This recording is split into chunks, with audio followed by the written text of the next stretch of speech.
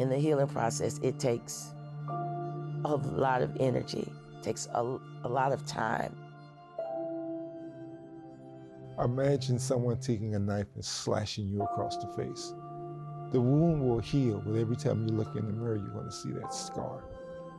For the last 10 years, I tend a grave.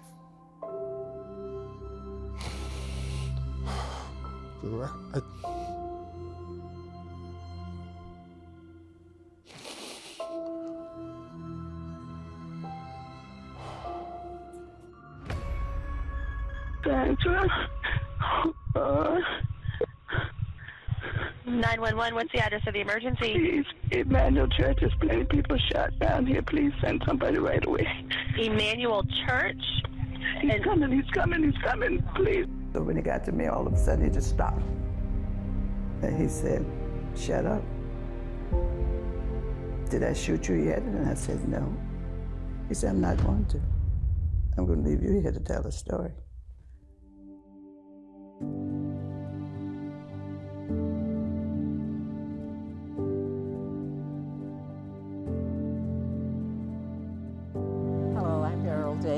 Thank you for joining us as we commemorate the 10th anniversary of the horrific Mother Emanuel tragedy. We pause not just to pay homage to the victims and survivors, but to look at ways in which the tragedy might inform us in making our world a better place. Joining me here in the studio are the Reverend Eric Manning, who is Senior Pastor of Mother Emanuel AME Church in Charleston. Reverend Manning is now in his 9th year as pastor. Next is Reverend Sharon Risher, daughter of the late Ethel Lance, a former hospital chaplain who is now an anti-gun violence activist. And then we have Reverend Nelson B. Rivers III, pastor of Charity Missionary Baptist Church in North Charleston, a longtime NAACP leader and vice president for religious affairs for the National Action Network. Next to me is the Reverend Anthony Thompson, who is the widower of the late Myra Thompson and former pastor of Holy Trinity Reformed Episcopal Church in Charleston. Each of you has been intricately impacted by this tragedy, and you bring unique perspectives to this discussion. Reverend Manning, I'm going to start with you, however. Though you were not there 10 years ago, you've been there for 9 years now. You have shepherded this church through its resurrection, in a sense. What's been the biggest challenge for you and the church in recovering from the tragedy? Thank you for having me. I would say the biggest challenge is every season when we come up to the June 17th commemoration. The church goes through a period, again, of, as we heard Melvin Graham saying, reopening the wounds. And it becomes challenging for us. And many, of course, go through their own process of grief. Again, their own process of being re-traumatized. And then we come past June 17th, and then we continue to go through the rehealing process. And I think the whole thing that I've learned over the past 9 years is to give everyone the permission to be in whatever space they are in for however long they need to be. And then my task as a pastor is just to continue to shepherd them as we can, and as God gives us the strength and the insight and the guidance to do just that. Is it bothersome to you, and Sharon, Reverend Risher, I'll ask you this, that, you know, perhaps we don't hear much about it all along. It's just at these major points of commemoration, these major anniversaries. Well, I think that's one of the reasons that I'm so active in the activism that I'm involved with the gun violence prevention and to the death penalty action movement I'm in. My job, I believe, is to remind people to make sure that they don't forget what happened in that church and the reason why all of that happened in that church. So I continue in everything that I do to remind people about them and to make them realize that they aren't just people that you see on news clips or in a story, that they were actual people that led lives, that had family, that loved them, and each one of them had their own personalities and the ways they affected the Emanuel Church community and the Charleston community. As we look at the Charleston community, I'm going to go back to you for a moment, Reverend Manning, because this church has had a legacy of tragedy, really, historically. How do you use that as a positive force? From a positive force, we continue to utilize, I believe what I heard Polly Shepard say recently, the fact that we're still standing, right? The resilience therein within the congregation, the resilience within remembering that God is still with us, right? So that can always become a positive.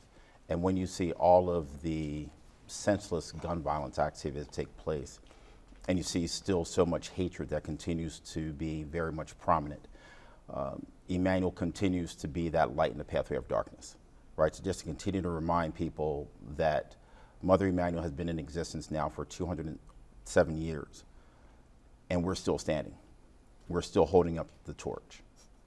You know, moments following that tragic event at Mother Emanuel, the outpouring of expressions from around the world just descended upon the city of Charleston and the steps, really, of Mother Emanuel Church itself.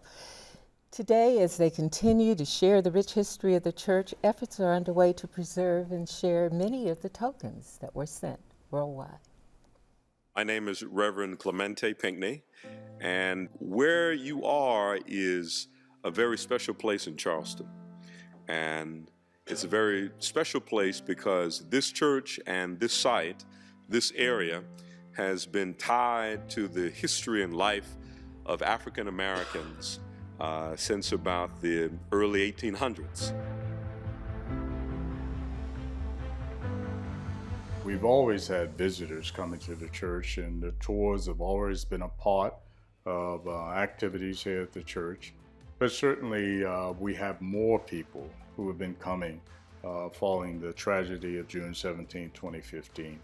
And so they have an opportunity to come and hear about the 206 years of history. While the tragedy is a part of our history, the church has a robust history. That edifice dates back to 1891, still has the original floors, the original pews, all of the stained glass windows throughout the church are part of the 1891 church. Church has the gas lighting from 1891, and it also has a massive pipe organ that dates back to 1908, and is still the organ that we use every Sunday within the sanctuary. It is the largest African American church in the city, has a capacity of about 1,122, Gothic revival architecture, still has the high stained glass windows, two massive murals up front, one of the crucifixion, another one of the Ascension, done by an African American artist by the name of John H. Green, and commissioned in August of 1945. So we're very, very proud of the sanctuary. Recently, we're able to acquire a space, building 113 Calhoun Street, from the city, and with the goal of having a space to share the memorabilia that had been sent from all over the world, from people expressing their sympathy, people expressing their support to the community, and especially to members of the church and family members. We've received a variety of items coming within the church. We have quilts, shawls, prayer cloths, and a lot of the artwork.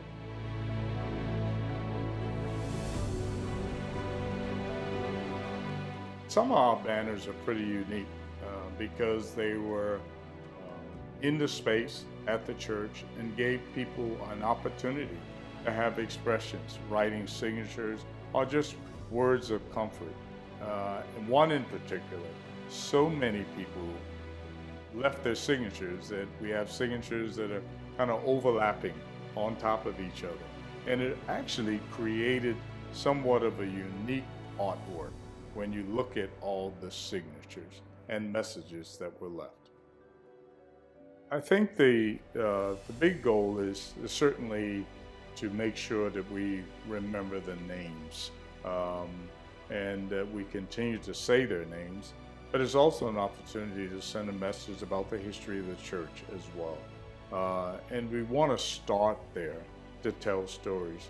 And we believe that if we don't tell our stories, then somebody else will tell our stories in a different way, or somebody may steal the stories. So I hope it's an opportunity to continue to tell stories, an opportunity to just share the goodness of people and the things that they took the time to do, and have an opportunity to say thank you. And that provides a space where we as the church can say thank you to the world at large, and certainly thank you to the community here. Speaking of the community, Dr. Rivers, Charleston was united. It seemed as though the entire world was united behind Charleston and the church. As we look at this event 10 years hence, is that unity still there?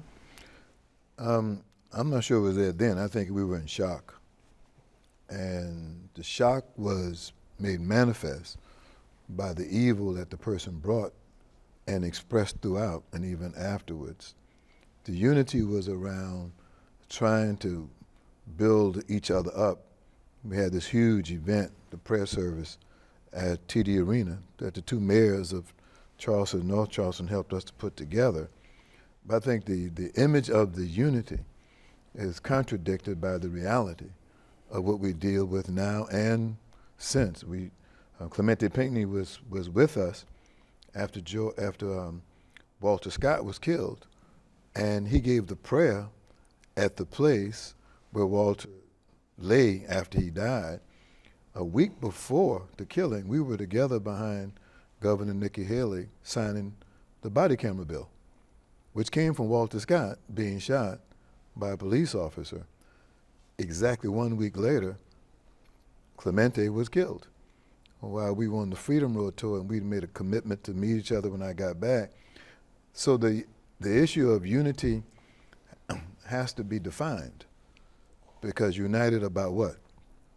And united for what purpose? If the unity we talked about even existed, then the hate crime bill in his name would have been passed by now. It's been 10 years, still has not been passed. Yeah. If unity existed, then what Dylan Roof expressed would not be embraced so much in the rhetoric, even in our General Assembly. So I think the unity has to be defined, unity for what purpose? Yes, the funerals, yes, the mourning, yes, the humanity of those who were killed, but the truth is it took 9 lives to get the flag off the dome, and now, for 10 years, the same state that did that unity and cried out has refused and made what happened to him a crime.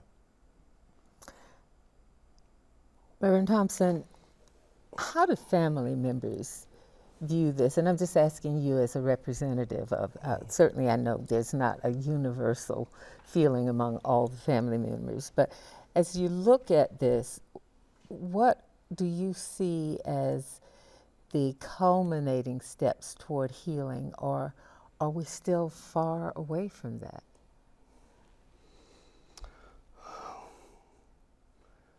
Healing is a very delicate process, especially from the tragedy that occurred at Mother Emanuel, because when you think about how it happened, like Reverend Richard previously said, it was because of racism. You know, he hated black people, and then this is something that we as black people have been dealing with for so long, particularly in the city of Charleston. And so when you think about healing, in a sense, we've been healing now for hundreds of years.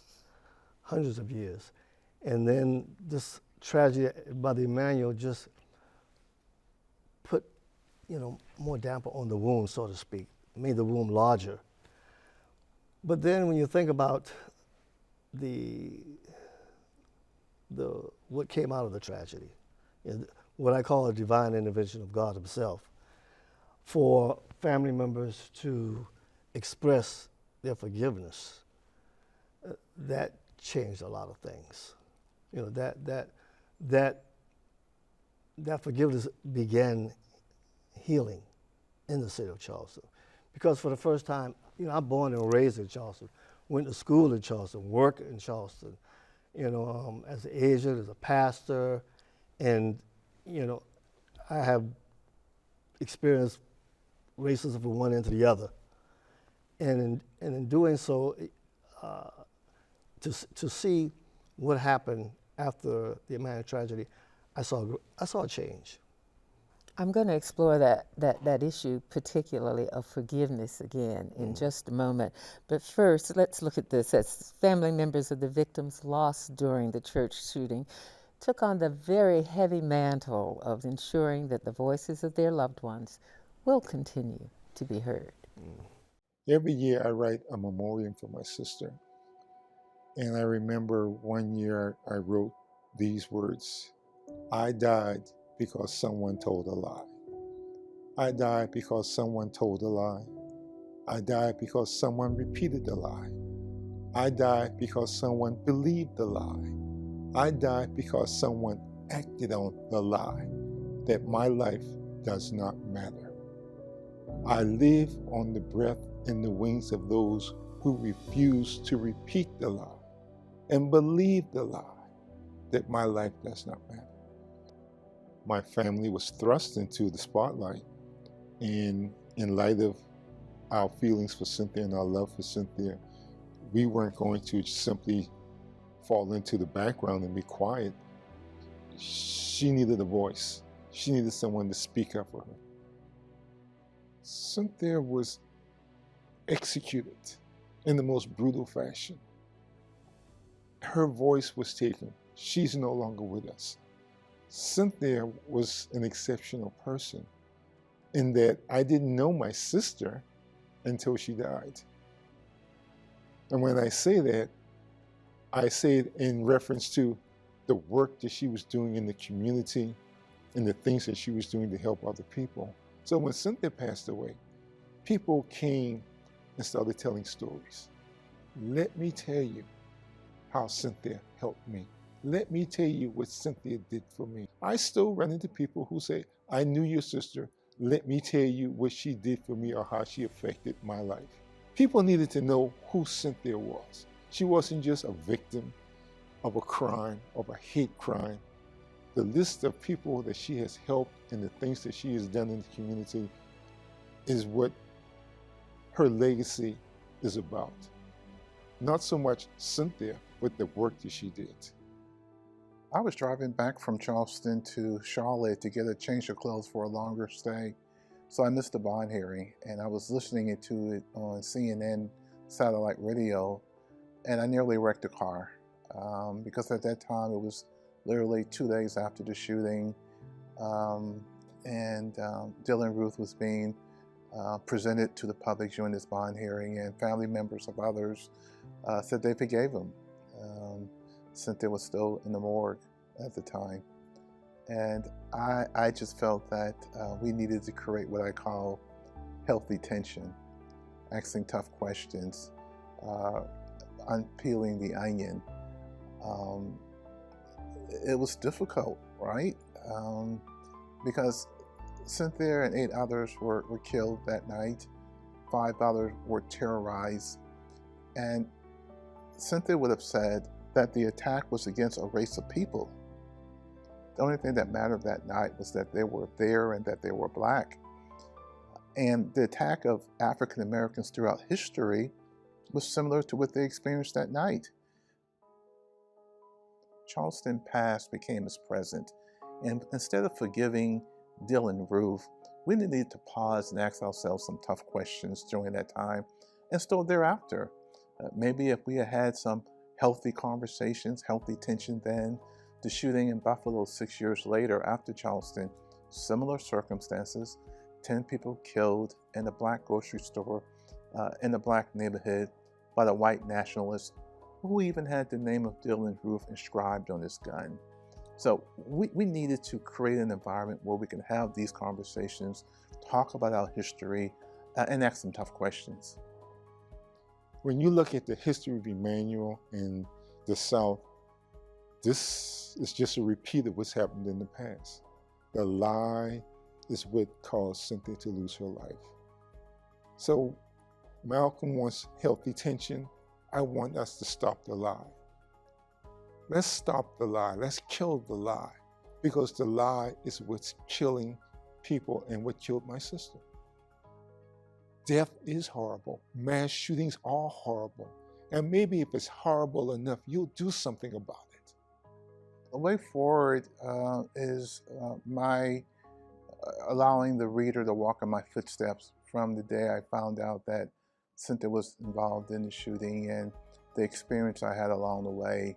And then at the end, really talking about, okay, how do we move forward? And so Cynthia would have been, she's probably laughing right now, the guy that couldn't string a sentence when he was together when he was a young guy that wrote a book.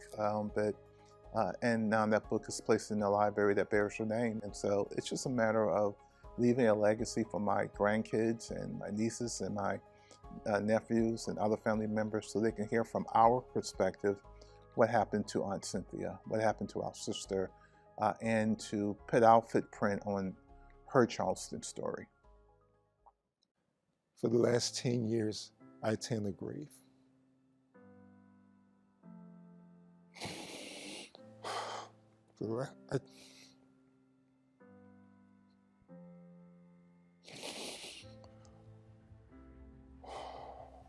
Everyone's faith walk is different, right? And the healing process for others are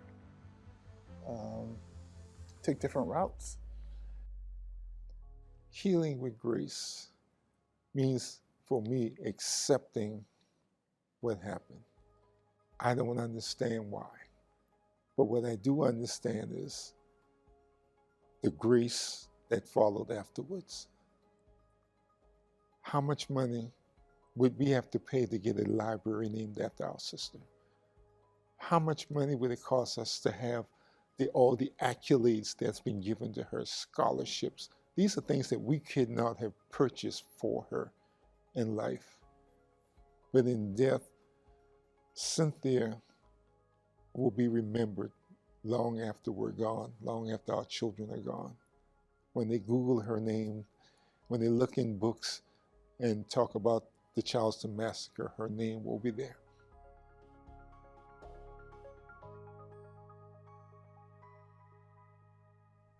The Graham brothers have actually raised many of the issues that we'll be talking about here, but I want to go back to that question of forgiveness. Mm-hmm. Reverend Thompson, I'm going to start with you because I know you've written a book, and it was called To Forgive. That was the title of your book.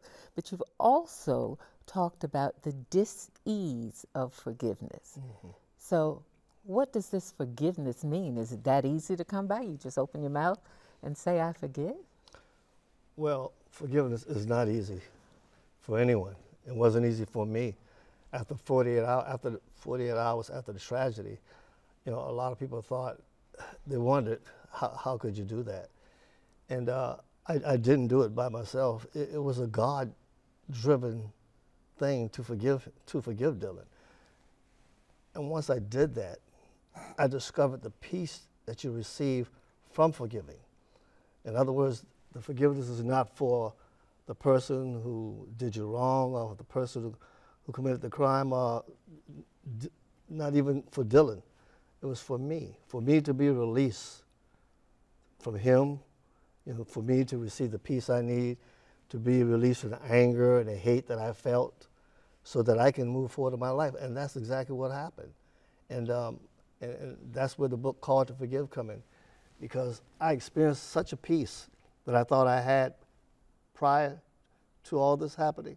I preached several times about the peace that surpasses all understanding in Christ, and I thought we had it, but we didn't. It's just entirely different than the peace that God really gives to you through acts of forgiveness. And that's where the healing begins. The process could be, for some people, could be quite differently. They may not be able to do it in 48 hours. They may not, like Melvin, I know Melvin personally, you know, he may not be able to do it, you know, has not been able to do it for years, but, you know, eventually you can get there, but you can only get there with God's help. You're going to need God to help you make that decision. I probably shouldn't raise this question with a group of preachers around me, but is forgiveness a prerequisite for healing? The challenge I had as a pastor, someone who's very familiar with the Bible, every first Sunday in my church, we repeat the covenant. And the covenant says following the rules of the Savior. That means Jesus gave us a process for forgiveness. It's in the book of Matthew. The first thing is rebuke. He says rebuke the person who offended you. That means you don't cuss them out. Sometimes they're worth it. But you go tell them what they did. Then they must confess. This is a 4-step process. He has never confessed. Third thing is there must be repentance, reparations. That means you have to repair or demonstrate your willingness to repair the damage you caused. Then the fourth thing is, then I forgive you. My issue always was, nothing to do with the families, was that a lot of folk use that as a blanket to hide racism under. When the truth of the matter is, Dylan Roof should have been rebuked by the folk he hurt. They didn't get a chance to do that. The second thing was, he was supposed to confess. You didn't. You didn't have to. But he did not do what forgiveness requires. And the third part of what Jesus says in his process is that then you must repair or begin to repair the damage you did. That's what reparations are. That's why he says rebuke, confess, repent, forgive. Not forgive and then no, it's a process, and Jesus lays this process out. The challenge I had, and the reason I didn't go hold hands on that bridge, because I wasn't sure whose hands I'm holding. You might be Dylan, and use this as a way to cover up what you did. So my concern always was and still is that folk have asked me as a pastor from Charleston, as a social justice advocate and activist, how those folk forgive? I said, well, you have to talk to the folk who said it. I'm giving you, in my mind, what is clear, the process for forgiveness was not followed if you're talking about what Jesus laid out when he was asked a question by Peter, how many times I got to forgive these folk? And he said, Peter, you must follow this process. First, you must rebuke your brother or your sister. Second, they must confess they did harm to you. Third, then they must repair the damage or try. And then fourth, you forgive. Sharon, I saw you nodding your head there for a moment.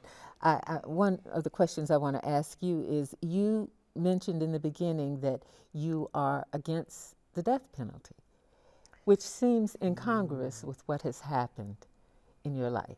Well, I guess I have just been out the box for this whole thing from the beginning.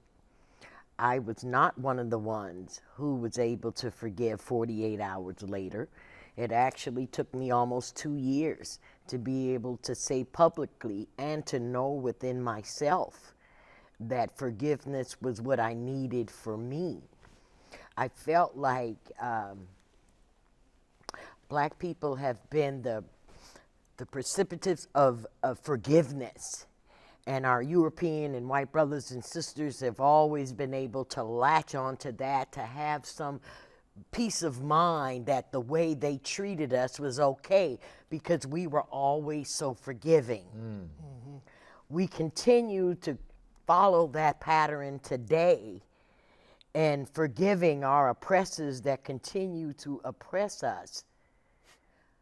The death penalty thing, as a follower of Jesus, I don't believe that we, man, state, anything has the power to execute and kill someone.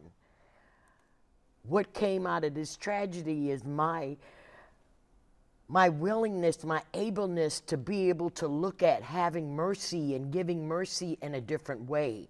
Understanding, even though this horrific thing Dylan Roof did, I was able to see him as a person, to understand that my faith tells me, God, forgave me, continues to forgive me, and Dylan Roof has that same opportunity to repent, be rebuked, and all of that. And it's not up to me to make those decisions. But yeah, I'm one of the few people that don't believe in the death penalty out of the 9 families. And sometimes I feel a little tension every now and then when it's brought up, because of course nobody can understand why I would do that. Just like I didn't understand why they forgave him 48 hours later. So there's a complex way of all of this in different people and different issues and different understanding. One of the things that people seem to have been able to garner around or to all latch into is the idea of doing some kind of outreach from the church in particular. So one example, joining the Samaritan's Feet Project represents an early effort in working with local community groups and businesses to transform the message of the tragedy into one of hope and one of service.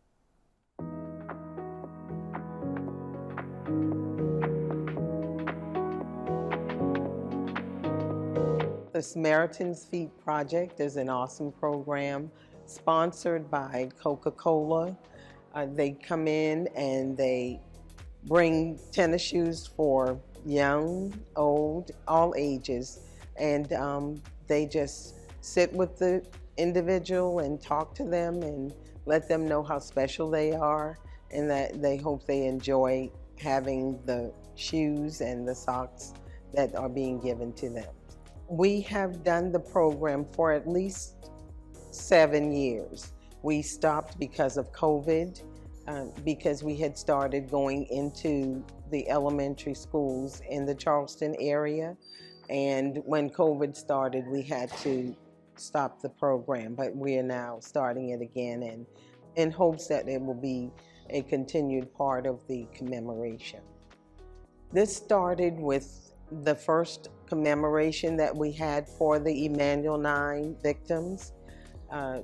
We had a representative from Coca-Cola who offered to come in and have this as one of the projects that we would be able to offer the community during the time of the commemoration, and we were so grateful and accepted their offer to come in and help us.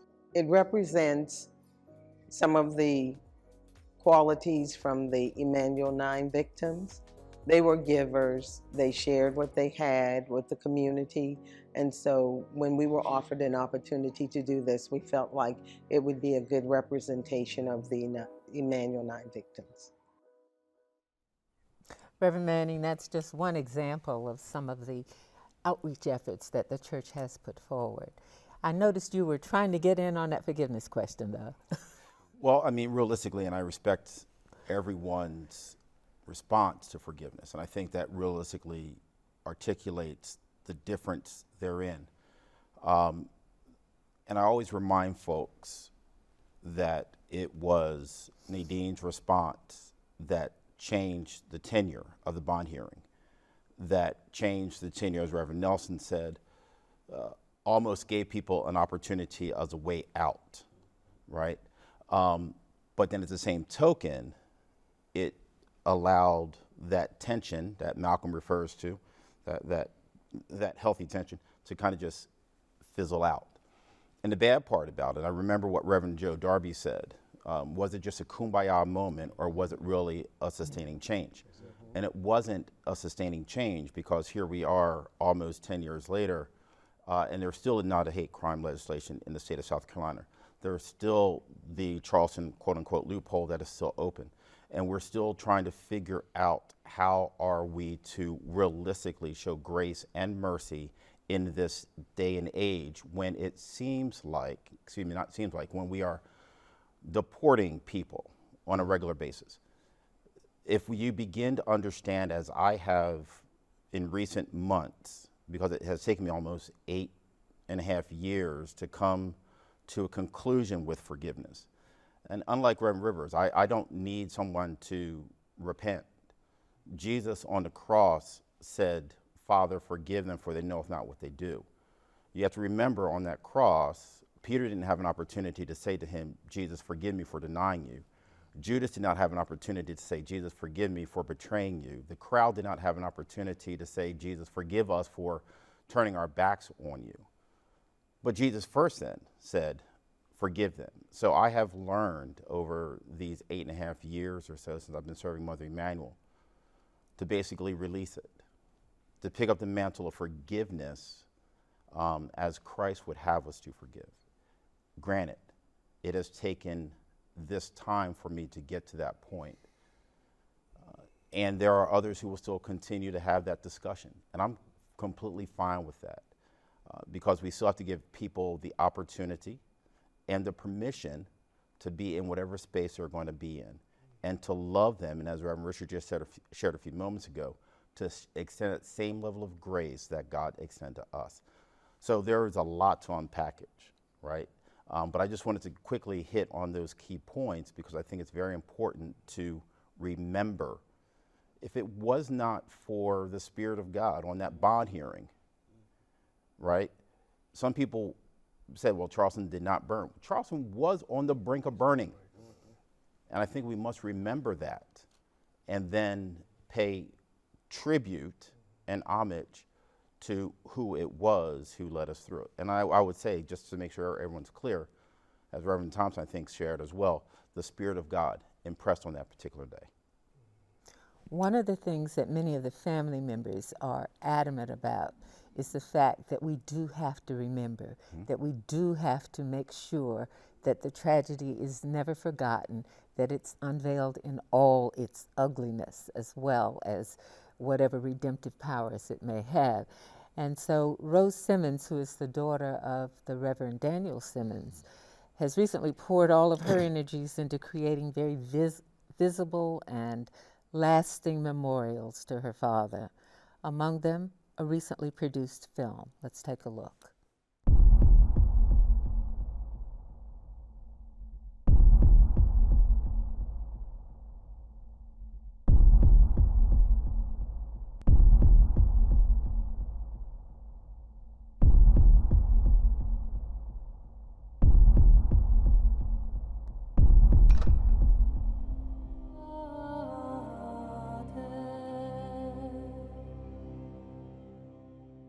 The major thing that motivated me to do this film.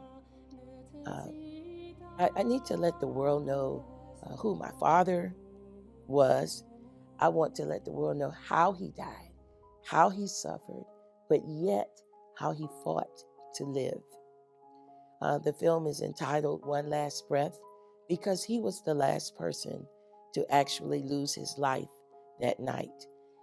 And after, being shot multiple times, he was able to crawl for help about 26 feet. To me, that shows his strength and his desire to want to get up from where he lay to tell his story. And of course, he can't tell it at this point, but I can. And that's what I think that's what motivated me the most. The state of South Carolina in Mullins has a museum, a state museum, and they have gifted me a portion of that for a Reverend Daniel Simmons museum. Another thing I think we need to remember, and it's for some families, or it should be for all, are our loved ones that we lost. I know that when I think about my father, I'm thinking about the times that we would have had these past 10 years. As a matter of fact, he and I were planning a father-daughter cruise. When we can find a happy spot in our memory of our parents or some lost grandparents, some lost wives, husbands, I think it helps us in our grieving process. And there's so many reasons why we need to remember. Grieving in public is horrible. That's what it's like. I was not prepared for that. And it's like, if you're on a team or a football team, you have to rise to the occasion. The quarterback throws the ball to you. You can either fumble or you can catch it and make an attempt for the touchdown. So that's the way I looked at it. So I had to rearrange my grieving process. And I had to remember, or I had to focus and make the most important thing not about me grieving, but about my father's memory, his legacy, and how this was going to be a part of history as long as the earth remains. Reverend Risher, in many ways, you took a similar course, I think. You've also worked on a film, and I know you've become a celebrated op-ed columnist, and you do all of this speaking all over the... Why is that a driving force for you? First of all, thank you for telling me all the things, reminding me how busy I've been for the last 10 years. And I'm finally at a point in my life where I'm able to pick and choose now what I'm doing. I'm entering the golden stage of my life, and I'm enjoying that. But yes, the activism, the film Quiet No More talked about my journey of becoming an activist and how I continue to do that. Writing of the book was very cathartic. But me too, grieving in public was something that I had to kind of hold back a little bit because of what I was doing, because of the activism. I couldn't be just a basket case everywhere I went. But those feelings of, for me, there is never going to be an end to my healing. I will heal until the day I die. The memory of them is what keeps me propelled and doing the things that I do, even though I've pulled back, because yet again, my purpose, I believe, is to make sure that not only that my mother is not forgotten for my family, but each one of the members is never forgotten. And not that we romanticize them, but we remember them as real people. Absolutely. A father who lost his son on June 17, 2015, is amazed at how his son's lifelong friends have persevered to focus on a cause that his son had initiated in life, and that's facilitating scholarships for other students around South Carolina. Let me get a donut! Let me get a donut!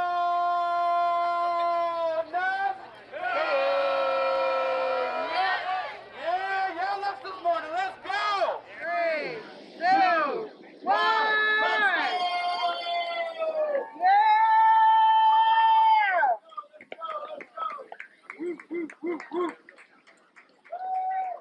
My son's friends, they're some of the greatest kids that I have met. This means a heck of a lot to me because, in a sense, they grew up underneath my guidance a little bit by raising money for kids' education and everything. And they've picked up the pace after the passing of my son in his honor, the Race for Achievement. When they told me that my son was the one that initiated that call, they're carrying out what needs to be carried out to help facilitate the education of our kids. Record turnout, over 500 people have come out to participate this year, the largest year yet. We all have been friends with Tawanza Sanders. Everybody that's involved saw Tawanza as a brother, and we do this for his legacy and for his family, and for the community as a whole. Between all of us going to like a variety of different colleges, we swing by and see him. So it was always good to get together. It was always a blast when you were able to spend time with your friends. And especially at that time, not knowing, where you'd be 5, 10, 20 years later, Everybody's in different areas in their lives. He's down in Florida, they're in Charlotte, I'm here in Charleston. So for us to actually be able to still come home and still be together and spend time together, it's a blessing. And just trying to keep Taiwan's name and legacy fulfilled in the midst of the tragedy. It's amazing to see how far this has come in just what has been a blink of 10 years, truthfully. We like to say we turn tragedy into triumph here at Race for Wanza. And Wanza was such a lively person. The type of guy that he doesn't meet any strangers. Always open to new adventures. The life of the party, so to speak. They all were from different neighborhoods, but they all went to school together. But my house was their gathering place. Tyrone used to come and give us knowledge about, how to operate as a man, how to become a man. A lot of history, chock full of a lot of African-American history, especially Charleston-centric. So he would always leave with some wisdom. We joke and laugh, just like Wanza. Both ends of the spectrum, right? Super funny guy, but super, super professional and super knowledgeable as well. So Tyrone definitely has learned us a lot of lessons, and we love to have this extra father in our life. I hope they have much more races and hope that they continue to help facilitate education. Hopefully my people can learn their history in America. And hopefully they don't do no more distorting of the history or try to keep us from learning our history. But I need and want for it to be learned from the time of our inception here in America until now.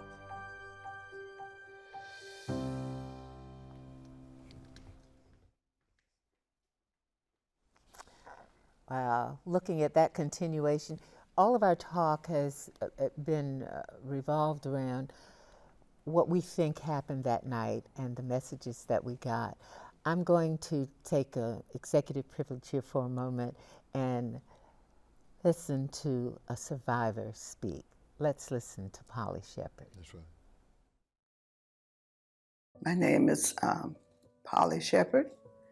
I'm a 1963 graduate of Wilson High School, and I was in the Emanuel 9 massacre. I survived it, came out alive. That night was an eerie night. It was real hot, and you couldn't hear anything outside. Like crickets, you would hear crickets and different sounds at night. It was a hot, muggy, still night, very quiet. It was a different kind of day. I was just there all day, busy all day, and I hadn't eaten all day. So I was really tired that day. I wasn't supposed to be at the Bible study, but my friend was doing the Bible study for the first time. She was in her second year ministry class, and she said, "Are you staying for the Bible study?" She asked me, and I said no. So she said, she put a guilt trip on me. She said, "Friends usually support friends." So I got a little angry, I had a few words with her, and I walked out and walked straight to the last seat near the kitchen, facing the outside door, planning to sneak out at any minute. But she kept her eyes on me, so I didn't have time to leave. I ended up there. We started Bible study about 3 minutes after 8 or so. And Dylan Roof walked in, and Reverend Pinckney met him and gave him the Bible study and the notes, and sat him right beside him up front. And when the Bible studies was finished, he stood up and started shooting. We were in the whisper, we say, dismissing, when we were in a circle with hands together, with our eyes closed. So it was a surprise when he started shooting. Shot Reverend Pinckney first, and the others afterwards. My best friend was Mara Thompson, and she was in her second year ministry school. There was 5 ministers killed during that massacre. They didn't give her title afterwards, But to me, she would always be one of the ministers that were killed in the church. It was Reverend Pinckney, Reverend Simmons, Reverend Sharonda Coleman Singleton, Reverend Tippane Milton Doctor, Reverend Pinckney, and Mara Thompson. Those were the 5 ministers. So the whole ministerial staff was wiped out that night. I was in shock. I didn't know what was going on. I thought a transformer had blown or something. We had wiring problems. The church is over 200-something years old. So I thought maybe it was a wire, something to do with electricity. But Felicia yelled, "Get down, he's shooting." So I hit the floor. And would you believe I didn't have a scratch on me when I got up? Not one scratch. No blood, no nothing. But I was under the table. I could see him coming toward me because I could see his dirty Timberland boots. He had on some dirty Timberland boots. And my head was facing out, so I kept my eyes on him all the time. So when he got to me, all of a sudden he just stopped. And he said, "Shut up. Did I shoot you yet?" And I said, "No." He said, "I'm not going to. I'm going to leave you here to tell the story." But during that time, Tawanza rose up because he knew that his mother was still alive because they had been talking. And he knew I was alive. So I think he just took the attention off of us. Tawanza was shot already. So he rose up on his elbow and he asked Dylan, "Why are you doing this?" And he said, "You're raping our women and taking over the country. So I have to do this." So Dylan passed me and shot him 5 or 6 times as he was talking. But Dylan told me, he said, "I knew you were here because I could hear you praying up there. I knew you were here all the time. I didn't intend to shoot you," but I didn't believe that story. I think it was just, he didn't know what to say when he saw me alive and looking at him. But I got up afterwards. After I had talked to the 911 lady, I got up and I went to check some people to see whether they had pulses. And I immediately went in my nurse mode. I went and I checked by 3 people. I don't even know what 3. I know Reverend Pinckney was one. It was 2 ladies. And Felicia called me to come back and check her son. But before I could get there, the cops came in and they took us out. But not before we saw him take his last breath. He was, when I was on the way back,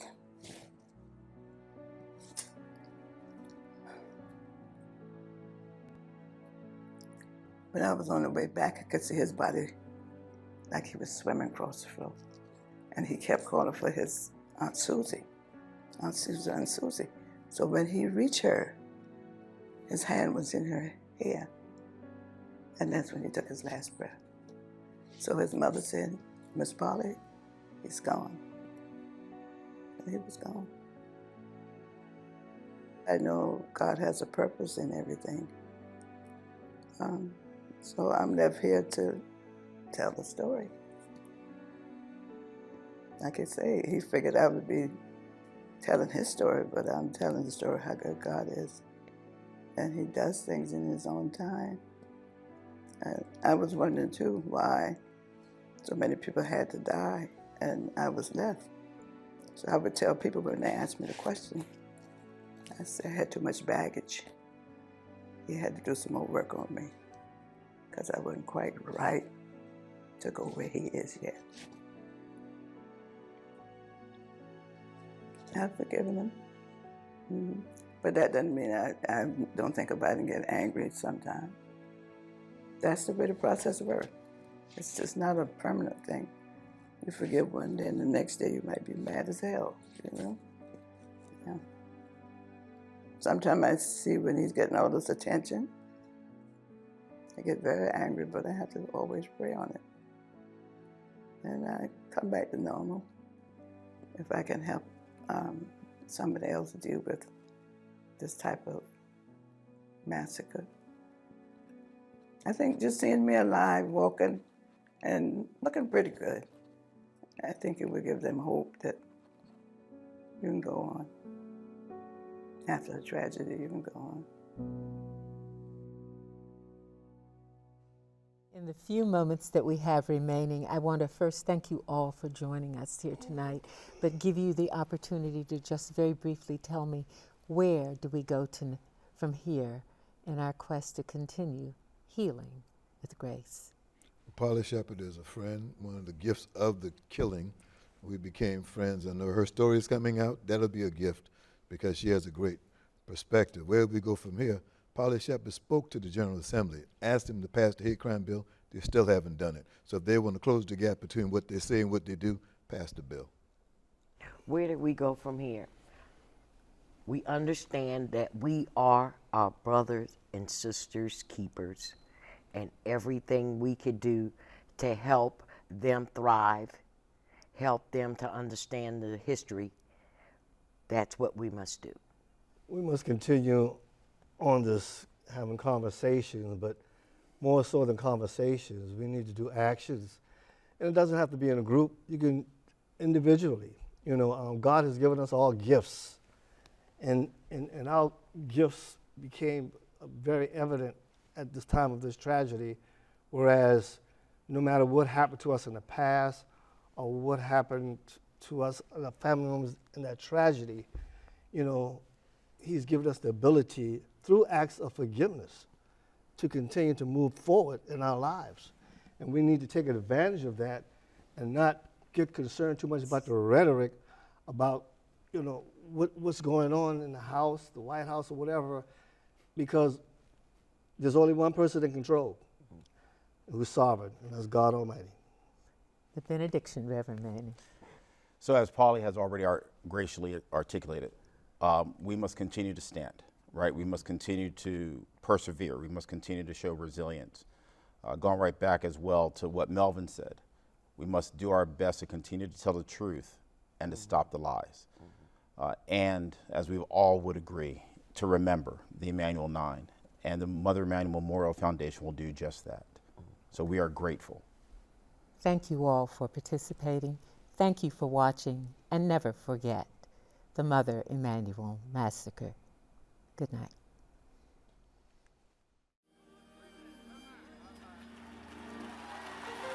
Clementa Pinckney found that grace. Cynthia Hurd found that grace. Susie Jackson found that grace. Ethel Lance found that grace. DePayne Middleton Doctor found that grace. Tywanza Sanders found that grace. Daniel L. Simmons Sr. found that grace. Sharonda Coleman Singleton found that grace. Myra Thompson found that grace. Through the example of their lives, they've now passed it on to us. May we find ourselves worthy of that precious and extraordinary gift as long as our lives endure. May grace now lead them home.